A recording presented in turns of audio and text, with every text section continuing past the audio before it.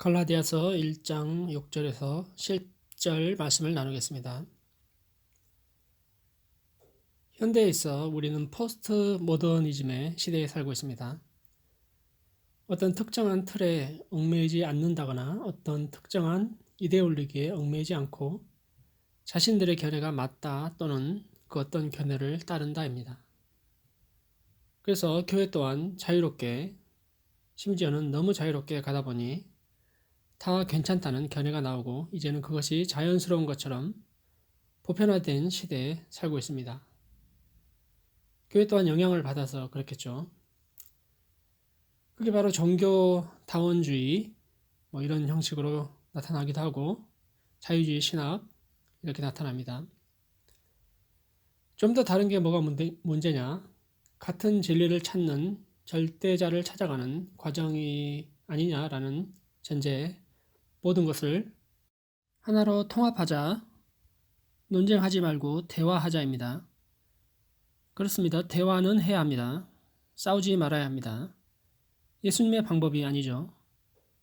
그러나 진리에 있어서는 절대 양보해서는 안 되고 그게 무너지면 모든 게 무너지는 경우가 있습니다.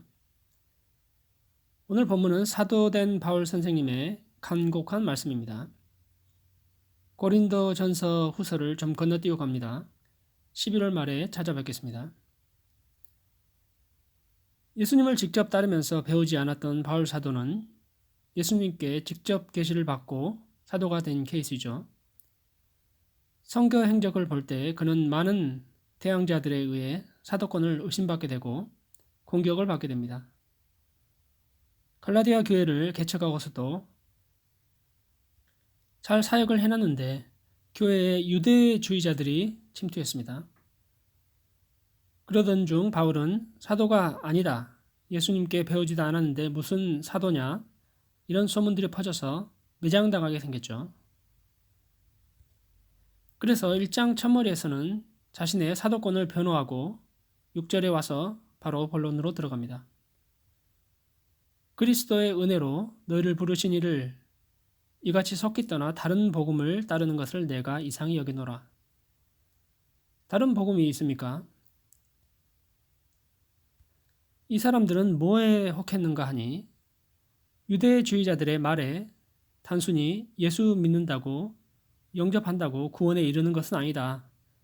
구원이 그렇게 간단하냐? 모세의 율법을 지키고 할례도 받고 그렇게 해야지. 전통을 지켜야지. 원래 구약 성경이 유대인으로부터 났지 무시하면 되냐? 이런 내용이죠. 이제가 생겨난 교회고 어린 교회인데 좀 학식 있게 보이는 사람들이 와서 말하니까 넘어가 버립니다. 그렇게 사도 바울에게 배우고 했는데도 기초가 흔들려 버립니다. 요즘 우리도 너무나도 많은 뉴스의 홍수 가운데 살고 있습니다.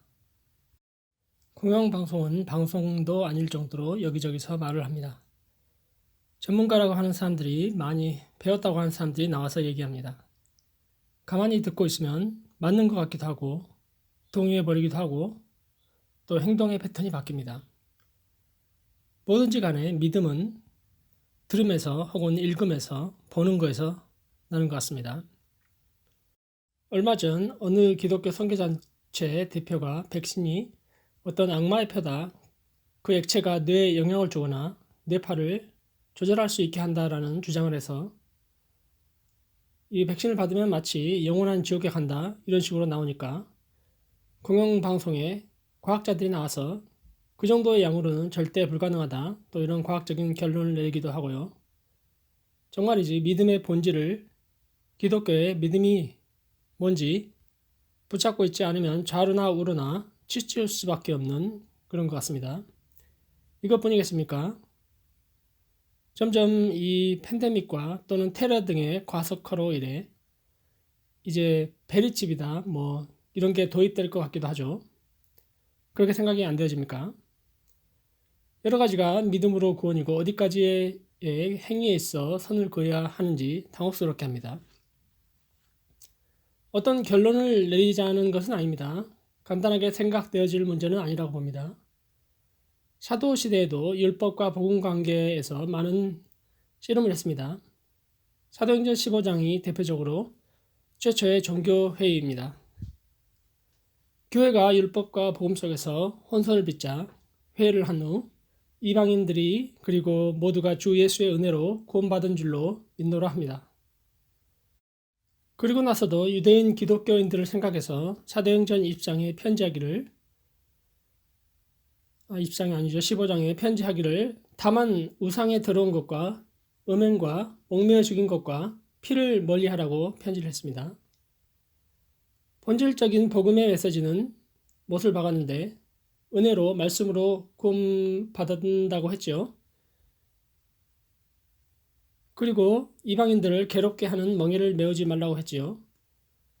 유대인들은 예수를 믿는다고 하면서도 그래도 율법에서 완전히 자유하지 못하고 뭔가 깨름칙에서 어떤 율법 의식들을 염두에 둔 채 지켜가고 있었던 거죠.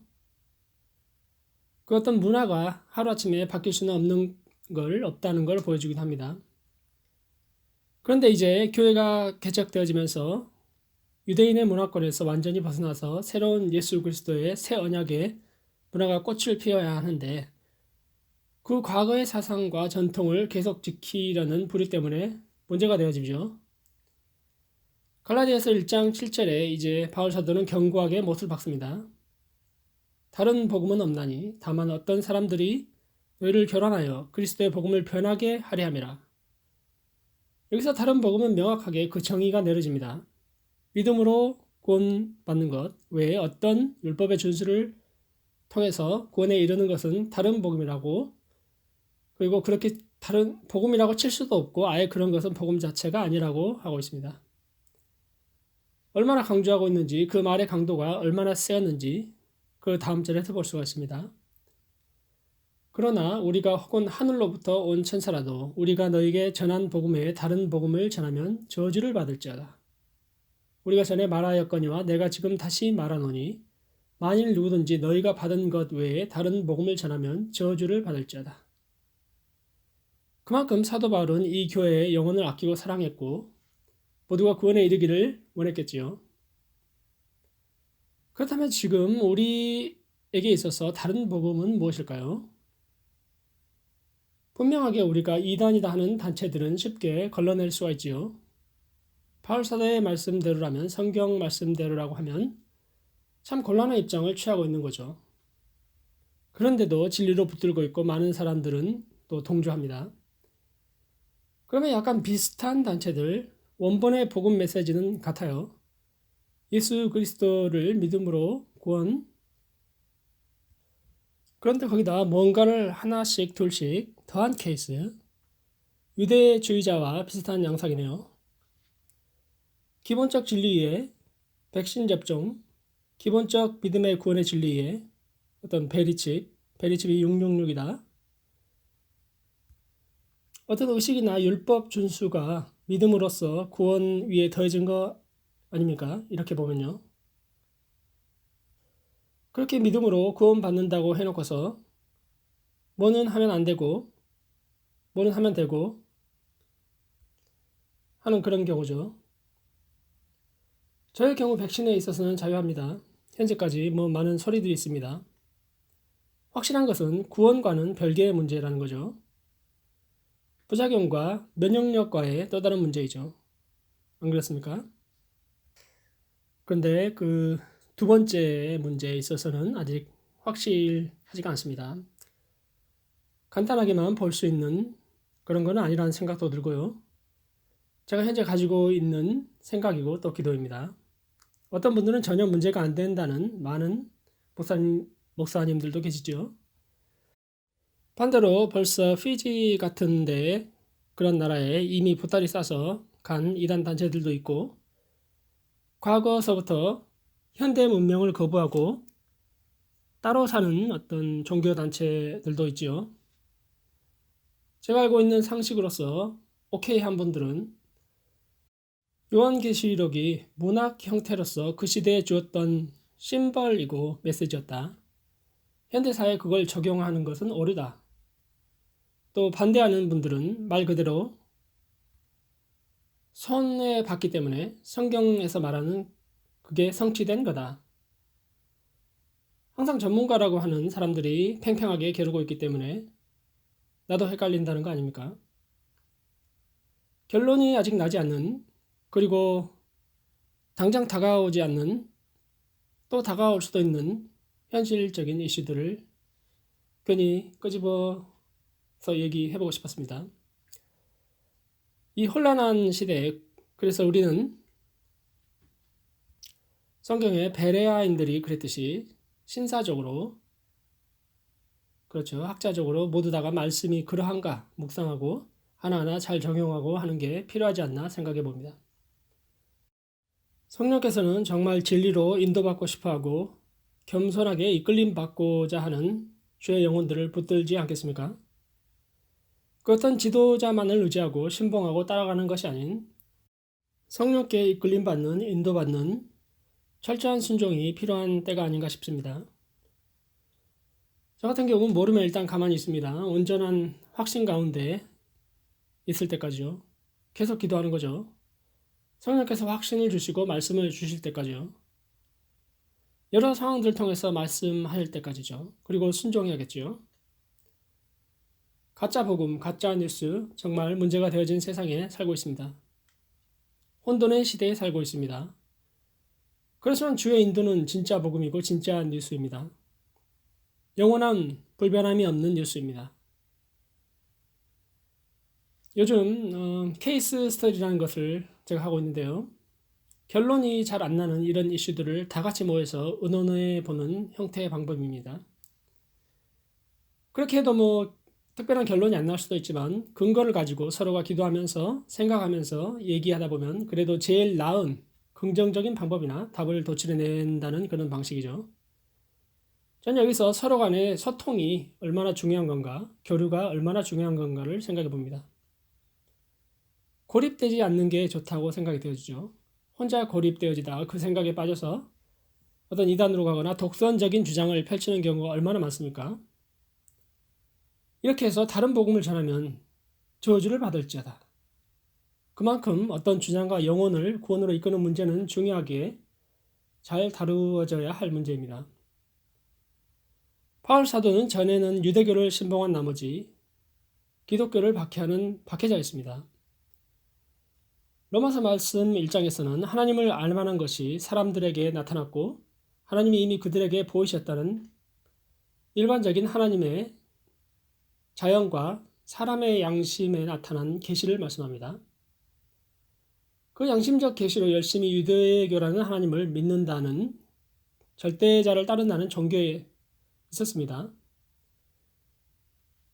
바울 선생님이요. 그러나 특별한 계시, 예수님이 오신 걸 부정하자 바로 하나님을 대적하는 자가 되어버렸는데 하나님이 다시 바꾸셨죠. 불쌍히 여기셨어요. 복음과 구원에 대해서 또다시 생각하게 됩니다. 조선시대 사람들, 복음을 듣지 못한 자의 구원 여부, 이것 또한 두 부류의 해석으로 또 나눠지더군요. 양심의 착함이 구원할 것이다. 그것으로 하나님께 인도되어질 것이다. 우상숭배를 하지 않았다는 그런 가정하에요. 근데 그런 자연적인 상태로 우상만 안 섬기고 가만히 있었다는 건가요? 생각해 봅니다. 자기 자신이 우상이 돼서 어떤 자신을 섬긴 건 아닐까요? 안 보이는 어떤 우상의 형태죠. 이것 또한 결론을 내고 싶진 않습니다. 그 판단의 영역은 하나님께 있다고 생각하고 가만히 있는 것도 좋은 거라 생각이 되어집니다. 저는 물론 개인의 구원에 있어서 예수만을 통한 구원을 붙들고 있고 변함이 없습니다. 요즘 하도 변질된 전통적인 견해에 딴질 거는 견해들이 등장을 하는 것 같아서 생각해 보고자 했습니다. 그래서 마지막에 바울 사도의 말씀처럼 이제 내가 사람들에게 좋게 하랴, 하나님께 좋게 하랴, 사람들에게 기쁨을 구하랴, 내가 지금까지 사람들의 기쁨을 구하였다면 그리스도의 종이 아니니라. 결론적으로 주님과의 온전한 관계를 통해서 그분의 음성만을 듣고 개개인이 잘 분별해서 어둠의 터널, 어둠의 시대에서 빛으로 인도받기를 소원하며 기도드리겠습니다. 주 하나님, 예수를 믿고 놀라운 축복을 받았고 영혼의 문제가 해결되었음을 감사드립니다. 그러나 아직도 우리에게는 많은 소리가 들리고 혼란케 하는 뉴스와 잘못된 복음을 듣게 됩니다. 진리의 성령께서 분별하게 하시고 주께서 인정하시는 선택, 바른 분별하여 승리하게 도와주옵소서. 예수님 이름으로 기도드립니다. 아멘.